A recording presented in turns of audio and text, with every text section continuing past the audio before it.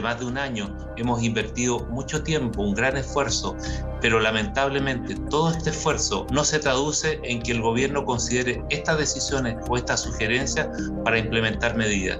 Hemos visto que se implementan medidas que nadie sabe quiénes las toman, por qué las toman, en base a qué argumentos son tomadas estas decisiones.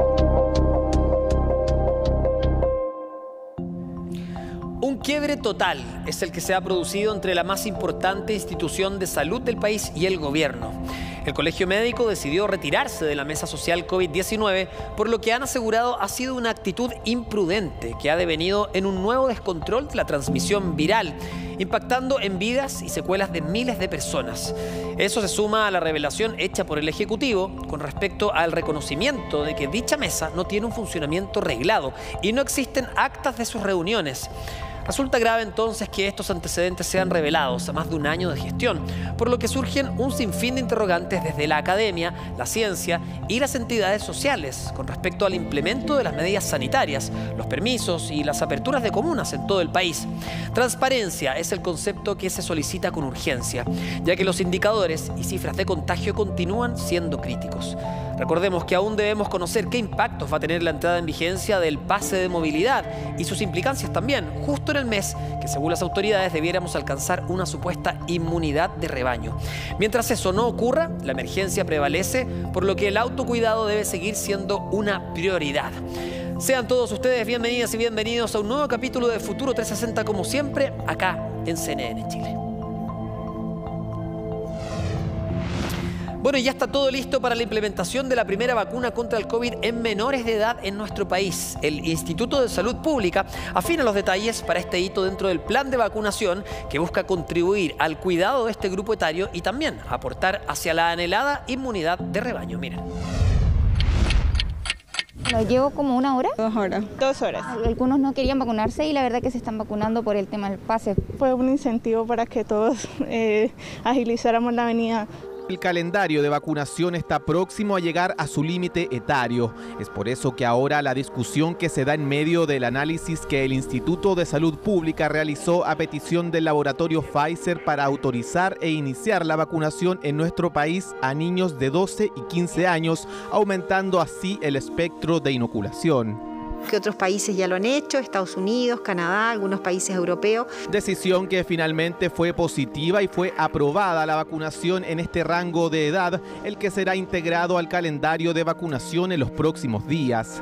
Viendo el estudio clínico, se ve que ocupan la misma dosis de vacuna, que es una vacuna segura, que no tiene reacciones adversas distintas a las que ya sabemos que existen. El Ministerio de Salud ha recibido la resolución de autorización. Con eso, el Ministerio de Salud trabaja con el PNI, con el CABEI, para ver la determinación de en qué momento ingresa esta vacuna para ser usado en los jóvenes. La recomendación nuestra siempre va a depender de la cantidad de vacunas que tengamos disponibles. O sea, si la cantidad de vacunas no es suficiente para vacunar a todos los niños de 12 años, claramente hay que partir con un grupo que hay que priorizar. Así, Chile es el cuarto país en el mundo en incluir este segmento en la vacunación, que acumula en total un 52,3% de la población objetiva inoculada. Pero la aún esquiva disminución de contagios o fallecimientos a causa del COVID han hecho replantear a muchos expertos en salud las proyecciones de inmunidad de rebaño que estaban previstas para junio, vacunando al 80% de la población objetivo e incluso la posibilidad de aplicar una tercera dosis. Además de una vacuna poco efectiva en prevenir el contagio, cada vez vemos más difícil alcanzar el efecto rebaño, la inmunidad colectiva, y ese porcentaje que se había establecido inicialmente se va ampliando para lograr este efecto. Nuevo escenario para el proceso de vacunación, que logró ampliarse a nuevos segmentos, pero con más desafíos que nunca. Un nuevo sondeo realizado por CADEM arrojó que un 52% de los chilenos rechaza la implementación del pase de movilidad. ¿A qué se debe toda esta polémica por este plan? Al regreso de comerciales vamos a estar con Cristóbal Cuadrado. Él es académico e investigador del Instituto de Salud Pública de la Universidad de Chile. Quédense con nosotros, volvemos de inmediato con más Futuro 360 acá en CNN.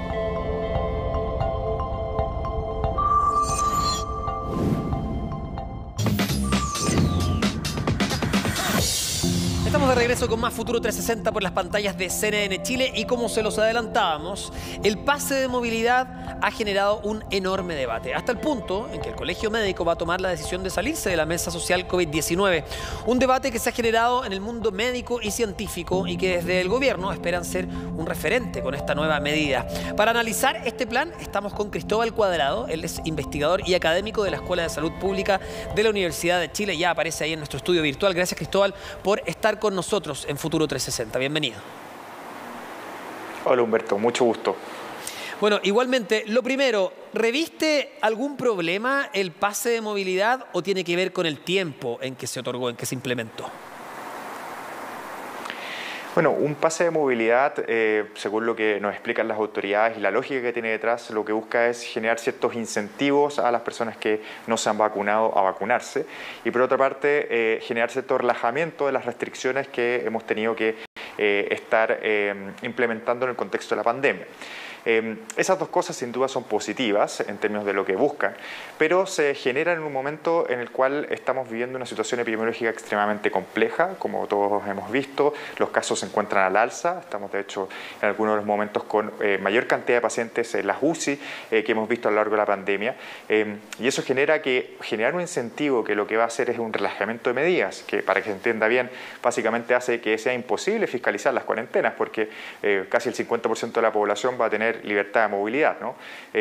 Y ese escenario en un contexto en el cual sabemos que el virus se mueve junto con las personas y que las interacciones sociales son el elemento principal con el cual se generan brotes de contagios significativos, la verdad parece algo que no es prudente.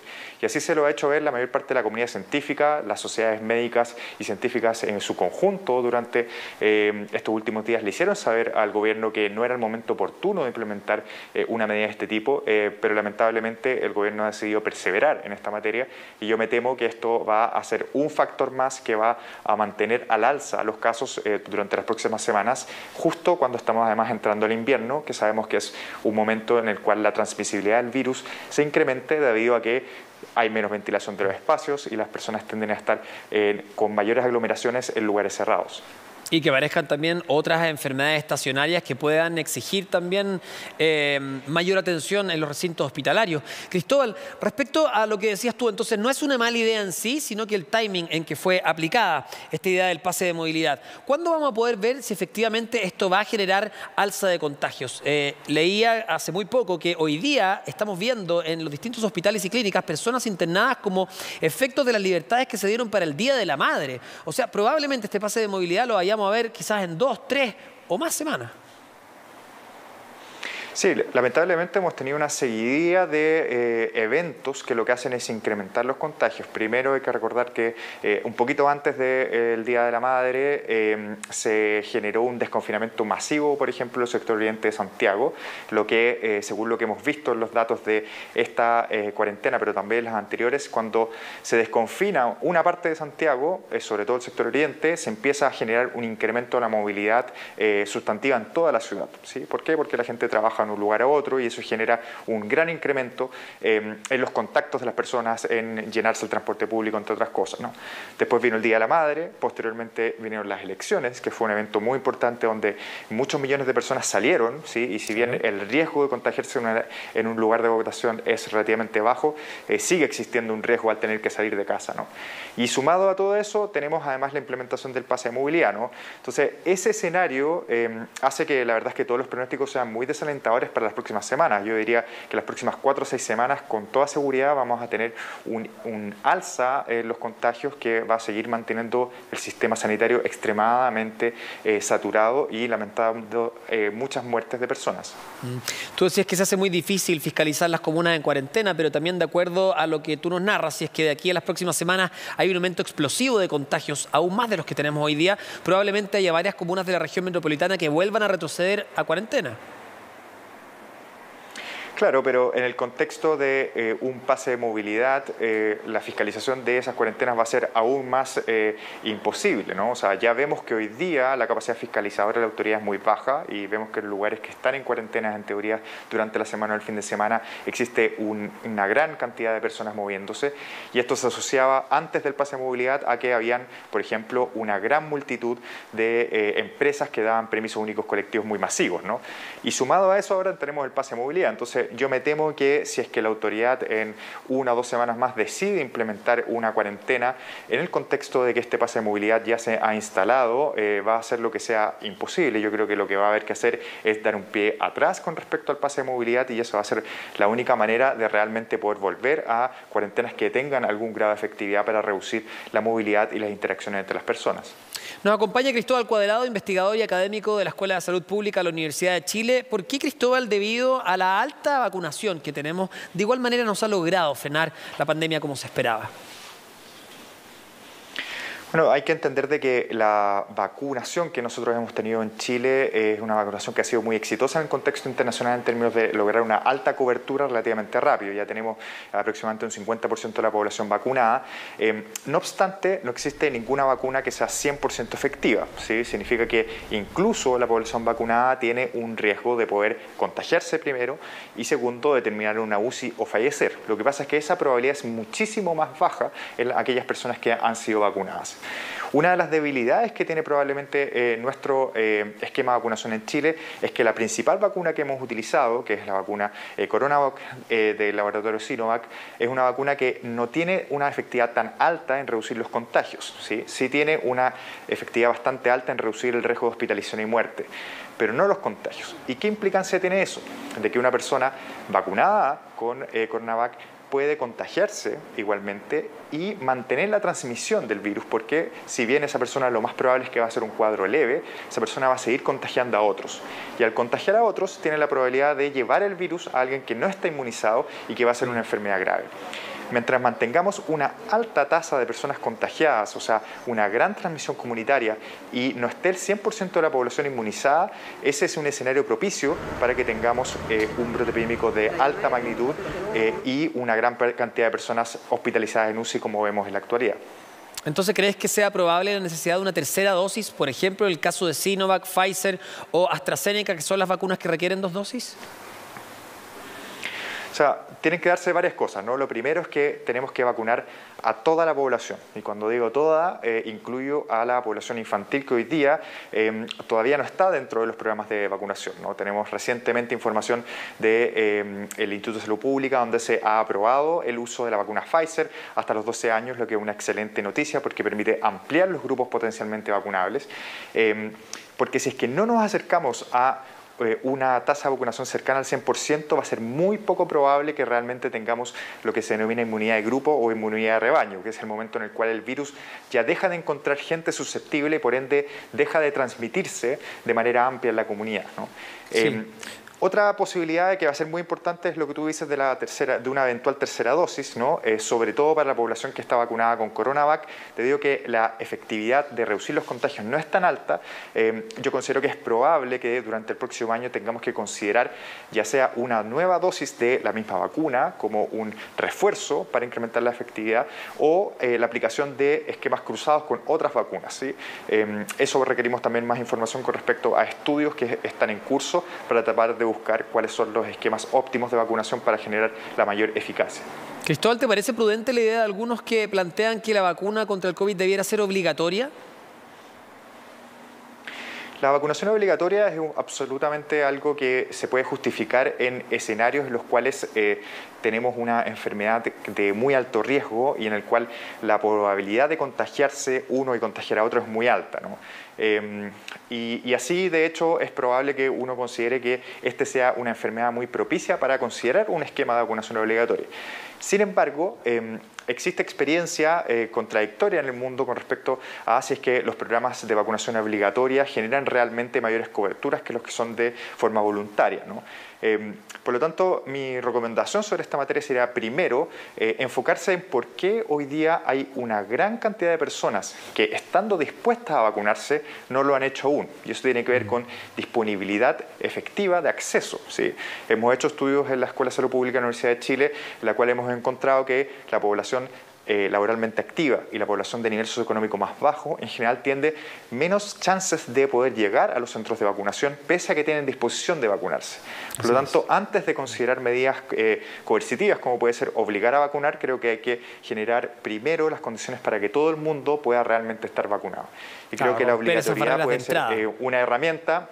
Exacto, y puede ser una herramienta final, digamos, en el momento en el cual solamente nos quede un pequeño grupo de la población que todavía sigue teniendo reticencia a la vacunación. Quizá ese es el momento de plantear la obligatoriedad, sobre todo pensando en que esta pandemia probablemente va a seguir durante todo el año próximo y vamos a requerir nuevos esquemas de vacunación para seguir protegiendo a la población. Cristóbal, se me va el tiempo, pero no quiero cerrar la entrevista sin preguntarte cuál crees que son los alcances de la salida del Colegio Médico de la mesa COVID en términos de trazabilidad, en términos médicos. Yo creo que la salida del Colegio Médico de la mesa social representa un poco la gran frustración que tiene la comunidad científica y médica con respecto a los oídos sordos que ha tenido la autoridad durante toda esta pandemia con respecto a las recomendaciones que se le han hecho, ¿no? Esto parte muy tempranamente con respecto a las medidas iniciales, la necesidad de cuarentenas, la necesidad de fortalecer el sistema de testeo, trazabilidad y aislamiento, ahora último el tema de el pase de movilidad, ¿no? Yo creo que lamentablemente el gobierno tenía un espacio que era un espacio que simplemente adornaba, ¿sí? Que esta mesa social donde realmente no se tomaban las decisiones. Y creo que esto de la salida del Colegio Médico debería hacer recapacitar al gobierno con respecto a la real necesidad de incorporar a la comunidad científica dentro de la toma de decisiones, pero en serio. No un lugar consultivo que realmente sea un espacio para, de alguna manera, adornar las decisiones que ya el gobierno ha decidido adoptar, porque de lo contrario va a ser muy difícil poder construir una política basada en evidencia, que es lo que llora y necesita nuestro país como una respuesta sólida a esta pandemia que tantas miles de vidas lamentablemente nos ha costado. Cristóbal Cuadrado, investigador y académico de la Escuela de Salud Pública de la Universidad de Chile, muchas gracias por tu tiempo, por conversar con nosotros acá en Futuro 360.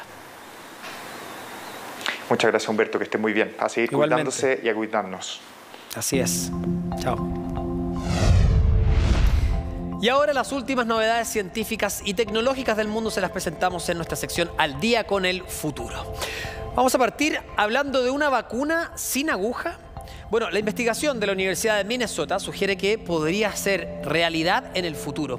Un grupo de ingenieros biomédicos dijo que han desarrollado una forma diferente de administrar vacunas al cuerpo a través de una pastilla soluble en la lengua. Ahí está en pantalla. El doctor Chun Wang, profesor asociado de la Universidad de Minnesota, dijo que hay dos desafíos principales con la administración de vacunas: agujas y jeringas y refrigeración de estas vacunas, ya que la mayoría no son estables a temperatura ambiente. Hasta ahora, el método se ha probado bien en animales con proteínas del VIH, pero que en el futuro debería funcionar contra el COVID-19, por ejemplo, y con algunos ajustes adicionales funcionar para las vacunas de ARN como Pfizer, por ejemplo, o también la vacuna de Moderna. Una excelente noticia. Y volvemos a Chile porque en la región del Biobío, empresas desde el rubro minero hasta alimentos están implementando estos lentes inteligentes en todo Chile y Latinoamérica. Estos anteojos inteligentes desarrollados por Vuzix, así se llama la empresa, conectan a un técnico en terreno con un experto remoto a través de aplicaciones como Zoom, Microsoft Teams y otras aplicaciones de experto remoto. Esta tecnología lo que permite básicamente es realizar interacciones con este lente como dibujos, envíos de archivo en formato PDF, compartir pantallas, guardar imágenes y videos, todo en tiempo real, mientras el técnico está con las manos libres transmitiendo audio y video. Vuzix es una compañía estadounidense que desarrolla hace más de 20 años soluciones de realidad aumentada. El año pasado, Vuzix se ubicó en la región del Biobío como su sede principal a través de KTI Ingeniería. Esta tecnología ofrece a los usuarios la posibilidad de sumergirse en un mundo digital. Es un salto del teléfono al lente óptico, como lo ven en pantalla. Y aunque sentimos que cada día conocemos un poco más del COVID-19, es una enfermedad que aún es relativamente nueva y de la que nos queda muchísimo por aprender. Pero ¿sabemos hasta el momento del proceso de recuperación por infección del COVID lo suficiente? Sobre todo en personas graves. Bueno, la doctora Teresita Rizopatrón, jefa clínica de rehabilitación de la red de salud UC Christus, nos los va a explicar en el siguiente video. El COVID en la UCI no es lo más frecuente, pero sí lo más nocivo. Y entonces no son solo los pulmones, sino muchos otros órganos los que también se afectan. Hemos escuchado que cuando salen de la UCI están desnutridos, debilitados, dificultades para hablar, para tragar, dolor, fatiga, confusión mental, rumiación de lo vivido, son los síntomas más frecuentemente descritos meses después de salir de una UCI. El costo emocional, físico, económico, social, es altísimo. Pero no todo está perdido. Se sabe que la gran mayoría sí recupera. ¿En cuánto tiempo? Es la gran pregunta. Requiere un tratamiento de rehabilitación especializado, integral, coordinado, en un equipo que incorpore médicos, enfermeras, terapeutas ocupacionales, kinesiólogos, trabajadores sociales, fonoaudiólogos, nutricionistas, psicólogos. La restitución de estos pacientes que han pasado por la UCI es tarea de todos. Cuidarnos es tarea de todos. Con ese mensaje que es reiterativo, pero que no nos cansamos de decir, vamos a cerrar el capítulo de hoy de Futuro 360. Como siempre, gracias por acompañarnos acá en nuestro estudio virtual que estrenamos este año. Nos vamos a volver a encontrar la próxima semana, pero los dejamos invitados a nuestro sitio, futuro360.com. Diariamente vamos actualizando las informaciones relativas a la ciencia y a la tecnología a nivel mundial. Y también seguirnos a través de nuestras redes sociales. Gracias por estar acá. Será hasta la próxima semana. Sigan en compañía de CNN Chile.